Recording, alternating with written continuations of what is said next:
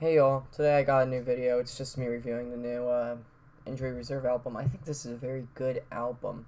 There isn't a dull moment front to back on this entire record. It's very genre bending at the same time, and I think this is going to be a staple for what hip hop's to come. It kind of gets a little dull, but there is not a bad song on the record in its entirety. And following one of the band members' early demises, I think they were able to do a lot with what they had with the material they recorded while they were still alive. I think some of the songs on this record feel very psychedelic and very atmospheric, and I don't really hear a lot of that, and I really enjoy that. Outside maybe one of my favorite songs of the year, it brings up a lot of questions, and I just believe it feels very depressing, but it really makes you wonder how you're going to treat yourself in the future and the present at the same time, and what you should be weighing on yourself and what you should be doing with your life. Superman, that's very cluttered and loud aesthetic to it, despite it not being a very loud song, really feels intensified after how quiet Outside was, and really makes the album feel more like a journey. And then we go to SS Francisco, and this song is also very good. I really don't have much to say on that track. It's just a very nice track front to back. And by the way, is that Jar Jar Binks in the background at the beginning? Footwork in a Fire Forest is one of my favorites on the record, despite not being many others' favorites.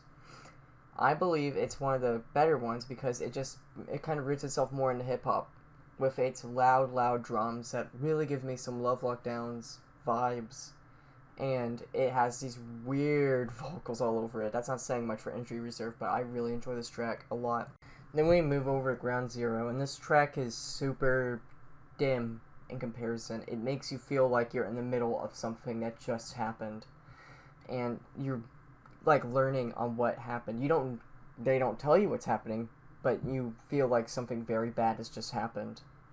And the dim vocals and the drony synths, I don't even know what that is in the background, really makes this track atmospheric in a way that not many other hip-hop songs or albums can really achieve. Then we get Smoke Don't Clear. This song is so catchy compared to the other songs, and even if it's also another really depressing song, I still immensely enjoy it for that fact. It has these gargly vocals like all the other tracks, but you got this guy going, the smoke don't clear with these weird synths that going up and down, like making you feel like you're on a roller coaster just listening to the volume of this thing go up and down and up and down.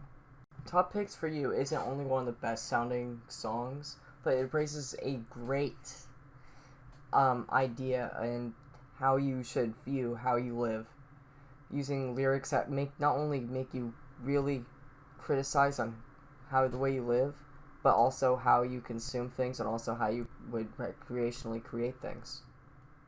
Then we get probably the quote-unquote worst track of the record. I only say that because the lyrics themselves feel very immature. Wild Wild West, it fits very thematically with the record, but the way it portrays itself feels like something that would be on like a Kanye album, using lyrics and very repetitive words. It raises very current day questions, but doesn't really fit like any motive and doesn't really have anything to say. And also it feels like just something you would hear from like just something like alt-right or something. Then we get Partum, which is very good and sounds very nice, but I don't think the sound fits with the album that much, if at all. It feels very dreamy, which I can understand having that in an album like this, but it has very different instrumentals than the rest of the album itself. Then we get Knees. This track is genius, okay? It is genius. I cannot put into words how good and just immensely powerful this song is. First of all, it's really about trying to overcome your insecurities in any way possible. And the instrumentals are very nice on it as well. It fits with the album very thematically, which a lot of this album has a hard time placing songs in. But this song does not suffer from that. And this should be the real closer of the record, and it's not. But this track is immensely powerful, and I immensely enjoy it. Overall, this album really feels like it's going to be the future of what hip-hop's to come. And I believe this is going to be the building foundation for decades to come. Problem is, though, is that a lot of tracks have a hard time placing themselves, and some of the songs themselves have very little progression, which is something an album like this needs. Also, the album has a hard time evolving over each track. There's not an overarching theme of the album, which I can understand not having that on an album, but for something like this, I feel like it's very missed. And overall, I really enjoy it.